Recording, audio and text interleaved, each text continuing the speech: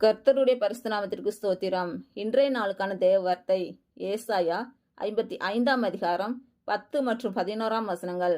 மாரியும் உறைந்த மழையும் வானத்திலிருந்து இறங்கி அவ்விடத்துக்கு திரும்பாமல் பூமியை நனைத்து அதில் முளை கிளம்பி விளையும்படி செய்து விதைக்கிறவனுக்கு விதையையும் புசிக்கிறவனுக்கு ஆகாரத்தையும் கொடுக்கிறது எப்படியோ அப்படியே என் வாயிலிருந்து புறப்படும் வசனமும் இருக்கும். அது வெறுமையா என்னிடத்திற்கு திரும்பாமல் அது நான் விரும்புகிறதை செய்து நான் அதை அனுப்பின காரியமாகும்படி வாய்க்கும்.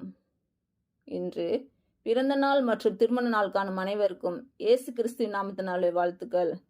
கர்த்தர் உங்கள் பலவீனங்களை மாற்றி உங்களுக்கு பலத்தை கட்டளையிடுவாராக. கர்த்தர் உங்களையும் உங்கள் பிள்ளைகளையும் உங்கள் பிள்ளைகளின் பிள்ளைகளையும் ஆசீர்வதிப்பாராக. கர்த்தர் உங்களோடு இருந்து உங்கள் பணிகளையும் பயணங்களையும் ஆசீர்வதிப்பாராக. ஆமேன்.